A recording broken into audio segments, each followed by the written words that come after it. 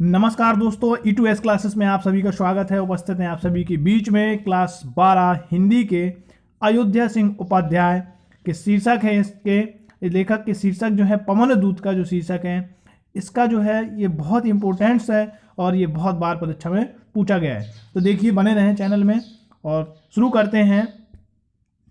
बैठी खिन्ना यक दिवस वे गेह में थी अकेली, आके आंसू दग युगल में थे धरा को भिगोते। तो यहाँ एक दिन जो है राधिका जी जो हैं, राधिका जी अपने घर में बैठी एक दिवस, एक दिन जो है राधिका जी गेह मतलब अपने घर में अकेली बैठी हुई थी और आके आंसू द्रग युगल में थे धरा को भुगेते। उनकी दोनों आंखों से जो आंसू द्रग युगल, युगल मतलब जोड़ो, यानी दोनों आंखों से जो है आंसू आ करके धरा को भिगोते, यानी उनको सजल बना रहे थे या धरा यानी पृथ्वी को भिगो रहे थे। उनके दोनों आंखों से आंसू आ रहे थे।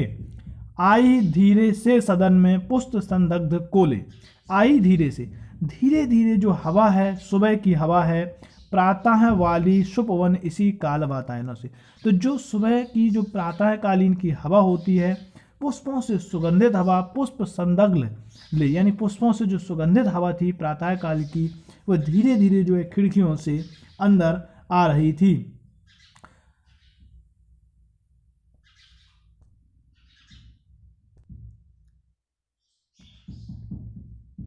संतापों की विपुल वर्ता देख के दुखिता हो, धीरे बोली सा दुख उससे श्रीमती राधिका जो। राधिका जी जो है अपने दुखों को बढ़ता देखकर, संतापों को विपुल बढ़ता यानी अपने दुखों को बढ़ता हुआ देख करके जो है राधिका जी धीरे बोली सा दुखता उससे श्रीमती राधिका यूं। तो राधिका जी जो है अपने दुख को बहुत बढ़ता हुआ, जब उनका दुख बहुत बढ़ गया तो उन्होंने दुखी होकर के जो है, क्या होकर के, दुखी होकर, सा दुख, दुखी होकर उन्होंने जो है पवन से उन्होंने क्या कहा कि हे प्रातःकालीन पवन, हे सुबह की पवन, तू क्यों मुझे इस प्रकार जो है सता रही है, प्यारी प्रातः पवन इतना क्यों मुझे है सताती।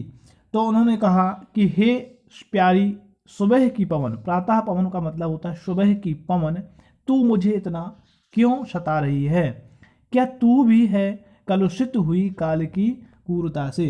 तो क्या तुझ पर भी जो है समय की क्रूरता का प्रभाव पड़ा है, क्या तू भी इस समय की कठोरता से दूषित हो गई है। ये राधिका जी जो है पवन से ऐसा कह रही हैं।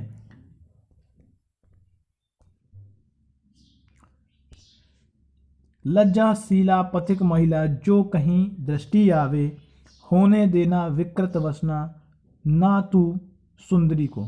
लज्जाशील पथिक महिला, तो राधिका जी जो है पवन को समझा रही हैं, या समझाती हुई कहती हैं कि हे पवन, यदि मार्ग में तुझे, रास्ते में जो है कहीं भी कोई थकी हुई या कोई जो है लज्जाशीला स्त्री दिखाई दे, लज्जाशीला पथिक महिला, पथिक मतलब मार्ग में, यानी लज्जाशीला कोई महिला जो है रास्ते में अगर तुझे कहीं दिख जाए तो तू उसको जो है क्या करना, अगर तुम्हारी दृष्टि में वो हो तो तुम उसको जो है, मार्ग में तुझे लज्जाशील स्त्री दिखाई दे तो तू उसके वस्त्रों को मत उड़ाना, तू उसके वस्त्रों को मत उड़ाना।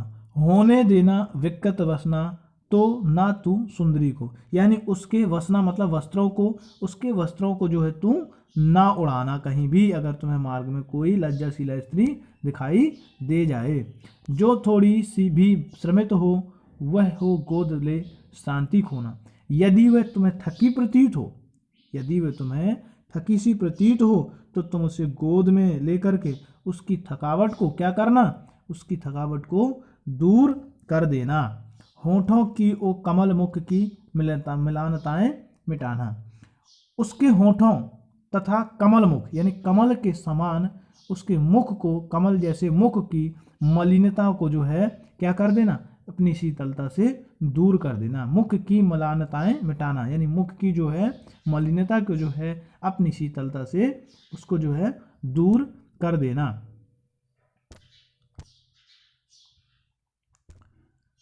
हो कोई क्लांता कृषक ललना खेत में जो दिखावे, यदि हे पवन, यदि खेत पर कोई थकी हुई किसान स्त्री, क्लांता कृषक ललना, यानी खेत पर जो है कोई थकी हुई किसान स्त्री दिखाई दे तो जो है धीरे परस उसकी क्लांतियों को मिटाना, तो धीरे धीरे उसका स्पर्श कर जो है उसकी संपूर्ण थकावट को दूर कर देना।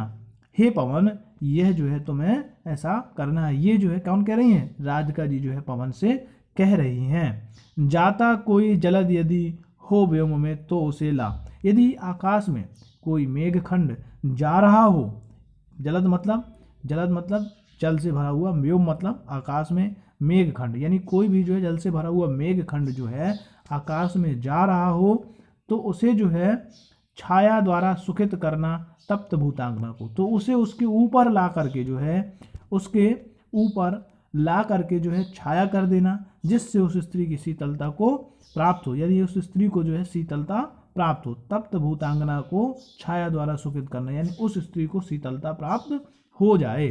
पवन ऐसा राधिका जी जो है पवन से ऐसा कह रही हैं। तो यदि वीडियो आपको अच्छी लगे तो चैनल को लाइक, सब्सक्राइब और शेयर जरूर करें।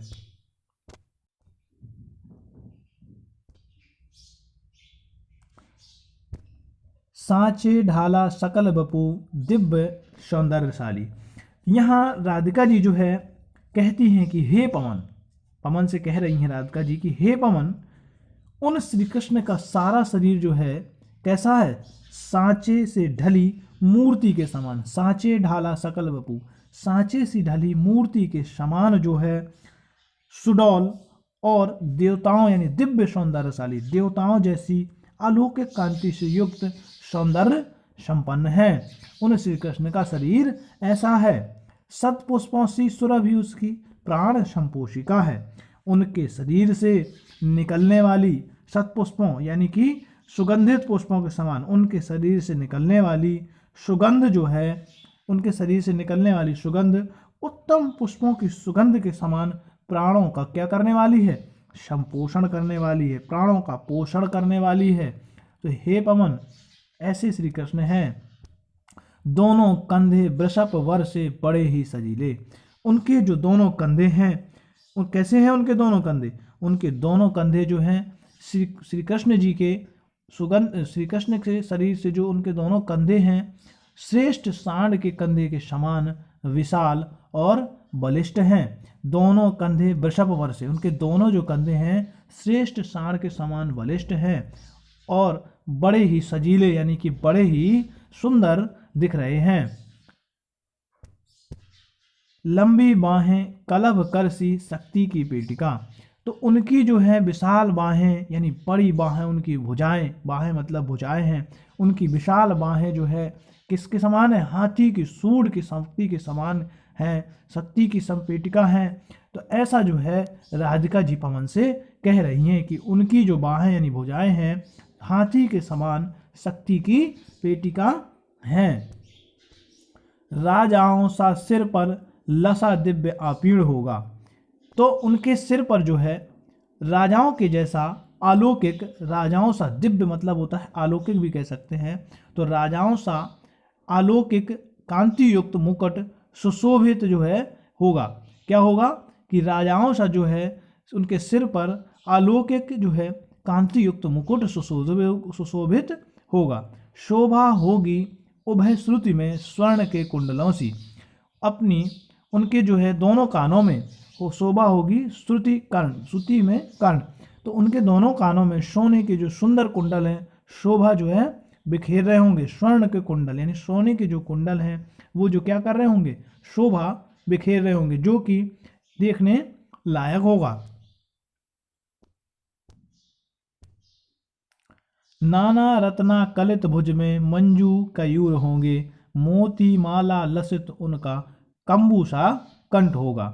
नाना रत्ना कलित भुज में, उनके भुजाओं में जो है, इनके भुजाओं में जो है बहुत सारे रत्न, विभिन्न रत्न, अलग अलग प्रकार के रत्न मंजू केयर होंगे, यानी बहुत सारे रत्न जो है उनकी भुजाएं रत्नों से परिपूर्ण होंगी, या उनके सुंदर सुंदर उनकी भुजाओं में जो है विभिन्न रत्नों से परिपूर्ण सुंदर भुजबंध धारण किए मिलेंगे। मोती माला लसित उनका कंबूसा कंठ होगा। कंबूसा मतलब होता है कि इनकी जो गर्दन है उनकी गर्दन शंख के समान सुडौल और सुंदर है, और मोतियों की माला से लसित, उनकी मतलब होगा मोतियों की माला से जो है सुशोभित दिखाई दे रही होगी। ऐसा जो है राधिका जी किससे कह रही हैं? ये राधिका जी पवन से कह रही हैं।